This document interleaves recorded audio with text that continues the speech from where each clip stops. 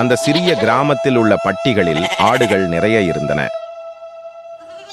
அவை தினமும் அருகாமையில் உள்ள காட்டினில் சென்று பசுமையான புற்களை மேய்ந்துவிட்டு மாலை சூரியன் மறைவதற்குள் கிராமத்திற்குள் வந்து சேர்ந்துவிடும்.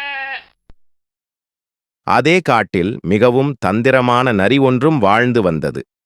ஆடுகளை சாப்பிடும் ஆசையுடன் நரி ஆட்டு மந்தையை தினமும் கவனித்து வந்தது.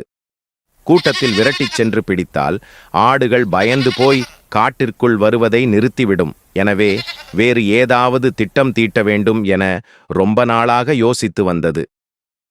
ஆடுகளை சாப்பிடுவதற்கு ஒரு திட்டத்தை தீட்டிய நரி அன்று ஆடுகள் வரும் பாதையில் அடிபட்டு காயத்துடன் எழுந்திருக்க முடியாதது போல படுத்து கிடந்தது. ஆடுகள் என்னவாக இருக்கும் என பயத்துடன் அருகில் வந்து பார்த்தன.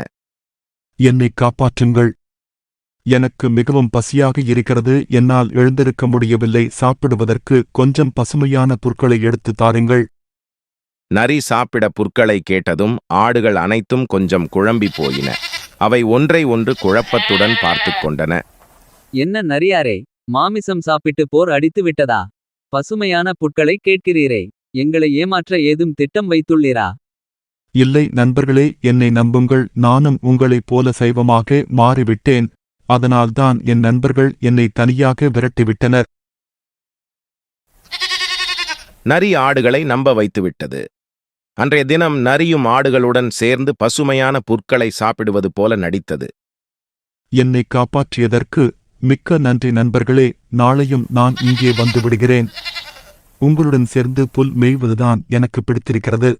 அதற்கென்ன நண்பா, இனி நீயும் எங்களில் ஒருவன் போலத்தான்.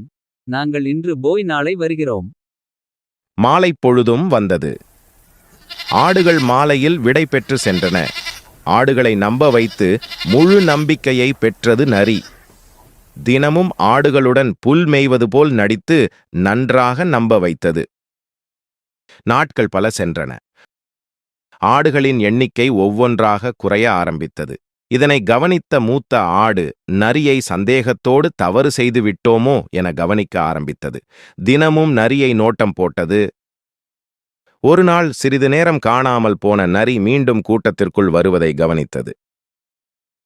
அப்போது நரியின் வாயில் இரத்தம் இருப்பதையும் பார்த்து அதிர்ச்சி அடைந்தது. அதற்கு நரியின் சுயரூபம் புரிந்துவிட்டது.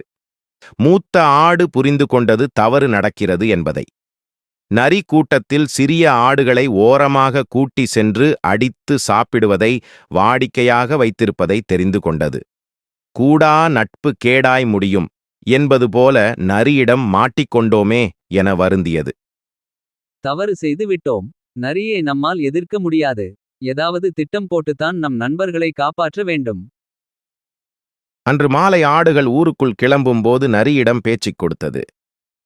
நரியாரே, இன்று நீங்கள் எங்களுடன் ஊருக்குள் வரலாமே. அங்கு நிறைய ஆடு மற்றும் கோழி நண்பர்கள் உள்ளனர்.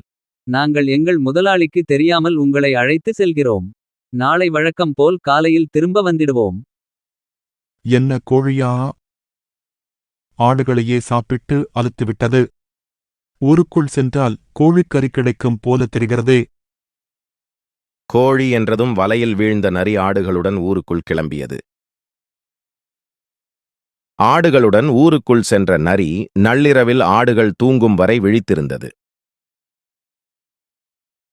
ஆடுகள் தூங்கியவுடன் கோழிகள் இருக்கும் கூட்டினுள் சென்றது. இதனை எதிர்பார்த்திருந்த மூத்த ஆடு மே மே என கத்த ஆரம்பித்தது. அனைத்து ஆடுகளும் ஒரு சேர சத்தமிட்டதால் விழித்துக் கொண்ட ஆடுகளின் உரிமையாளர் மற்றும் காவல்காரர்கள் நரியை சூழ்ந்தனர். நரியோ தப்பி ஓட இயலாமல் மாட்டிக்கொண்டது.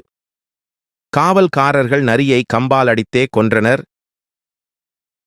தேவையில்லாத நட்பால் சில ஆடுகளை இழந்துவிட்டாலும் மீதி உள்ள நண்பர்களையாவது காப்பாற்றிவிட்டோம் என பெருமூச்சு விட்டது. மூத்த ஆடு